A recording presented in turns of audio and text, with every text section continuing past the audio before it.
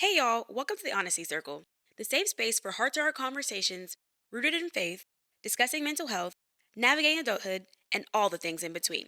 It's your host, Sierra Elise, and I hope you're taking care of not only your mental and spiritual, but your emotional and physical health so you can be your best self this week.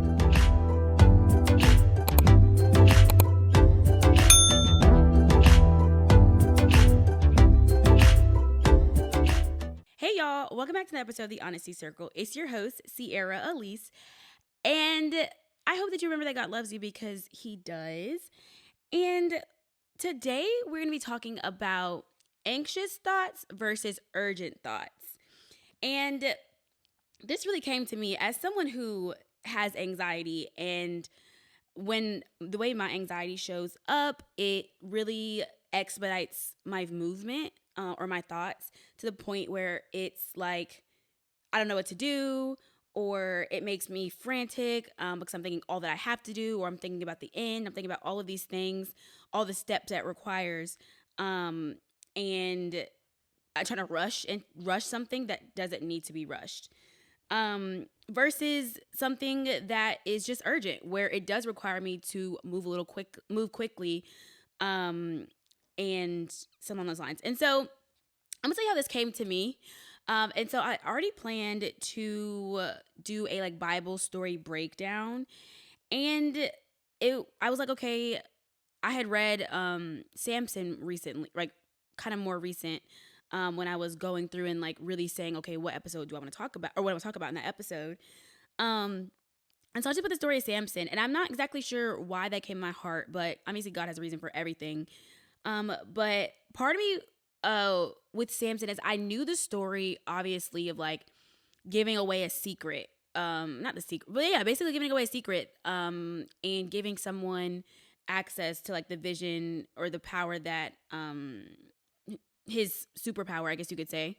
And it ended up being kind of taken away from him for a little bit. So I was really thinking about plans, dreams, goals, all of that in which God gives us.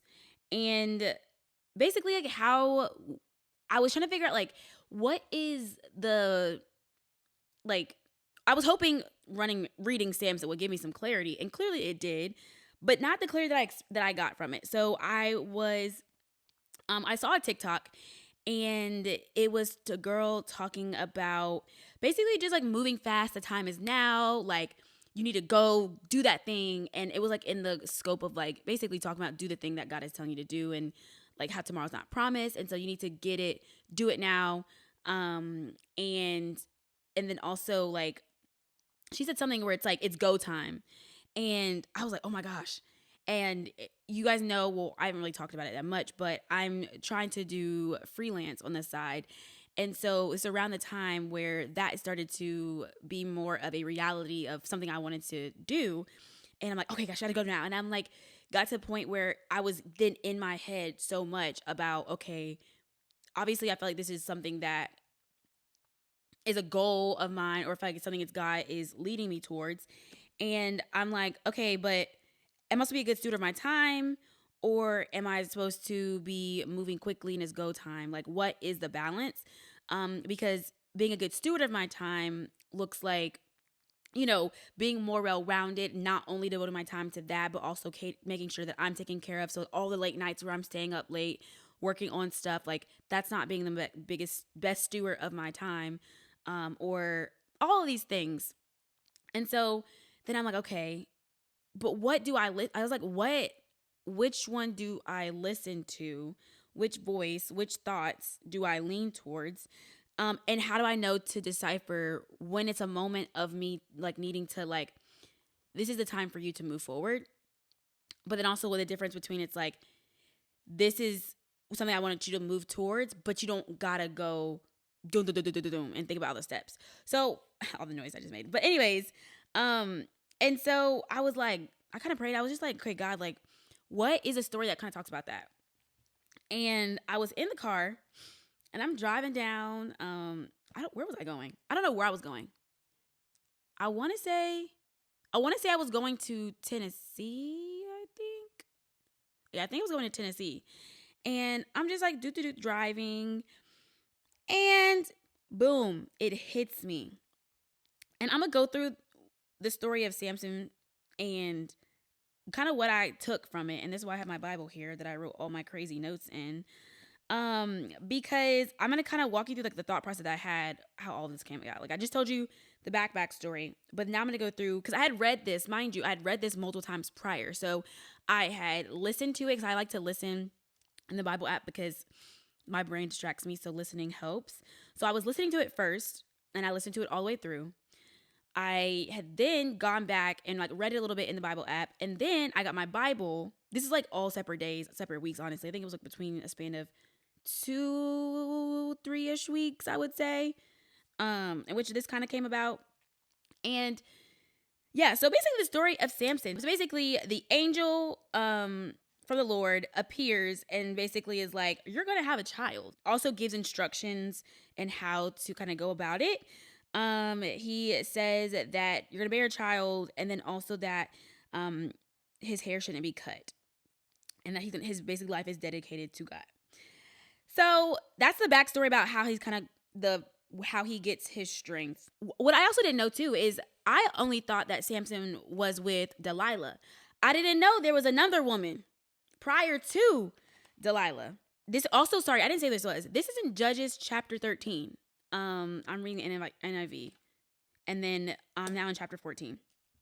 So the cool thing about this was that at the time of him seeing this woman, it's a woman from a different area. And his parents are like, why are you going outside the people that we have right here? We have people right here that you can want to marry, and you're going to go somewhere else.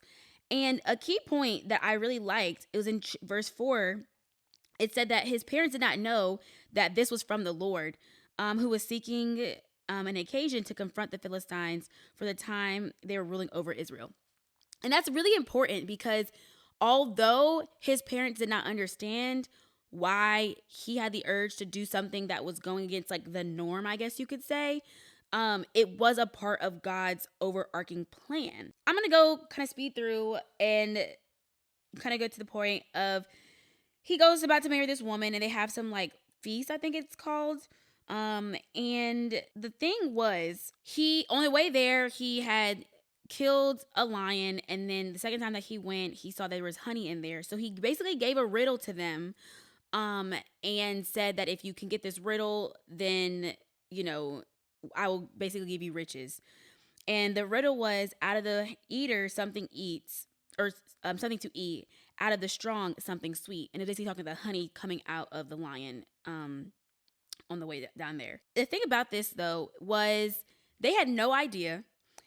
And the whole time, the guys that he's trying to figure out this riddle, they're going to this woman talking about basically threatening her, saying like, you need to give us, we cannot figure this out.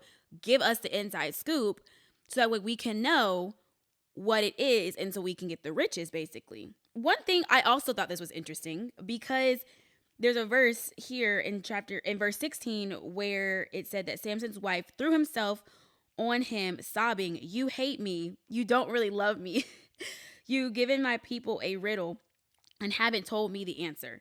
She's begging. She's begging, begging, begging, begging. Also, this ate me up because if you know anything about me, y'all know I'm oftentimes saying, "Oh my gosh, you hate me to my friends if they don't text me back," to anything, honestly. And I was like, I realized how manipulative that was, number one. And because she's manipulating him, she knows her intentions because she's going to go give the riddle to someone who is trying to figure all of this out. And so the voice that was hearing was manipulation. I'm going to skip through basically the part with Delilah. The people are trying to get revenge on Samson for what he did to their people, because things didn't go well with this first woman, and he kind of goes berserk because he's super strong. And he gets vengeance on them. And then the whole thing happens with Delilah where he goes with Delilah. This is the more common story where you go with Delilah. She ends up giving away the secret that the strength is in the hair. They try to get him multiple times. She's a part of it multiple times. They cut his hair. He tries to get out the shackles. Can't get out. Strength has left his body as soon as his hair was gone. And so this might seem like a reach, but I promise it really spoke to me. The two difference between these was they both were manipulative, right? Both were voices that were giving information. Both of them caused him to act in a way that he kind of, I guess I could say, sped him up, right? Like he had no intentions of telling the first woman what the riddle was. And the same thing, he had no intentions of telling Delilah where his strength lied. But for both of them, they tried and tried. So while it might seem similar, the main difference that I realized in the two of them was the first one was that it was a part of God's plan. So that's number one. The first girl, this was a part of God's plan for God to do what he wanted to the Philistines because of when they were ruling over Israel. But the thing with Delilah was now he's saying something and that goes against what God had planned for him. God had planned for him for his hair not to be cut. He basically gave way to the enemy that went against what he knew was supposed to be, like I would say, like his secret sauce. And so how does this relate to us? Y'all know, you're probably wondering, like, girl, this ain't got nothing to do with me. But it does, because this is how we're going to realize what thoughts are we supposed to be moving on, right? The anxious thoughts that are close to Delilah, that are making us go against what we know is God's plan for us. Or the first situation where is this something that is speaking towards the greater good, the greater plan. And even thinking on a smaller scale, this doesn't have to be something of thinking of God's plan for your life. This could be literally, like I said, it happens to me with like a small project. I can get anxiety and think about all the steps that I need to complete and the amount of time that I have. And I'm like, oh my gosh, it's speeding me up. Now I'm stuck. Now I'm like, you know what? Let's reel it in. These thoughts are speeding me up in an anxious way, and it's going against what I know is true. The truth is, it's going to work out good. The truth is, every situation I face at this, like in my life, I have 100% track record with because of God. But there hasn't been anything that has taken me out. I'm still alive and breathing. So every task, I have the power, the strength to overcome it. Whether I have the strength of my own or if I lean on the strength of God, the strength of people in my community, there is strength that I can rely on that is not just myself. And so that's really how the questions I've been asking myself lately when anxious thoughts have started to come up. Both of these are kind of identical. He sped up his tell the riddle. It sped that process up. But it was a speed up in a way that was still in alignment, still in plan with the will of God. And so that is kind of like what I took from this. Other things came out to me too. Every time they talk about Samson's strength, it says the Spirit of the Lord came powerful upon him, or some way in which you talk about the Spirit of the Lord coming over him. So like I said before, it ain't got to be your strength. It could be the strength of the Lord. So lean into that strength source. Another thing I got from this too was what I really will say is the birth of him. I thought the question, because I feel like there's multiple stories in the Bible where it talks about there is a woman that ain't got no kids, and here come God talking about you about to have a kid. And I'm just thinking about how many times in my life, do I feel that something comes up that goes against literally your reality? Literally. Goes against what your reality is, goes against what you personally planned. And it's just like, okay.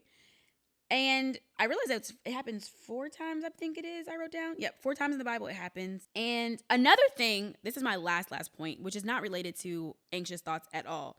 But this 8 too. In the beginning, like I said, the angel originally comes to the wife first. What does she do? She goes to her husband and says, basically, yo, this is what he told me. What I really liked was that him as the husband took this and took it to God. He didn't take matters into his own hands. He took it to God himself. He said, all right, God, this is what this person had told my wife. We need your guidance and instruction. So this is 2 things that I got from this. One, the immediate response was to go to God, which I thought that spoke a lot. Another thing too is he took it to God and asked for instruction, like I said. And a question I asked myself is,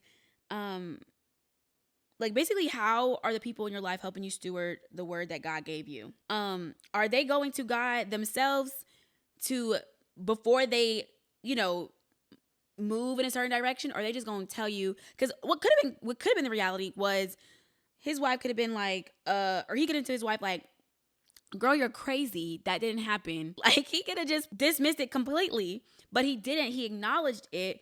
He was skeptical because he did bring his questions to God, but I just thought that was, it speaks a lot to the people in your life. Not just like this was a marriage, but not just marriage. It could be people like you're in community with, like, how are they helping you steward a vision that God's given you? Not always are people going to be in this way. God's going to speak to them as well to help you with the vision that God's giving you. But there are times that it does happen. It just has a matter of who are you speaking to about your visions, your goals. And so, yeah, I definitely recommend y'all reading this. Like I said, it's Judges chapter 13 is where the birth starts. And then it goes to chapter 16 where it talks about Samson and Delilah. Then it goes into his death in chapter 16 as well. So it's not too many. I hope that you took something from this, because I really hope that you take realizing what thoughts to listen to, and when it's time to speed up and when it's anxiety. That's the main part of all of this. When it's time to speed up and when is it time to let those anxious thoughts go. Okay, that's it for today. C's 2 cents is to, when those anxious thoughts come up or the moments come up, my mom always tells me to take a second to calm and then assess what it is happening, what it is the source. And when you think about what the source is, hopefully that will then guide you in the direction in which you should be moving, right? Do I need to keep moving forward? Is this a cautionary anxious thoughts where it's like, this is okay to have some form of like distance here? Or is it a thought where it's like, okay, girl, this is complete anxiety. We need to let that anxiousness go. So assess your anxious thoughts this week if they arise, not just today, but always. And you can take my advice or not. That is just my 2 cents. Thank you guys so much for listening to this week's episode. If you like anything that you heard, please feel free to like, comment, share, and subscribe. Follow us on Instagram at The Honesty Circle with an _ at the end. Also, we got TikTok. I haven't posted just yet. The day that I'm recording this, I haven't posted my TikTok. But I did get a TikTok. It's at The Honesty Circle. So follow us there too. And yeah, thanks so much for listening, and go conquer your week.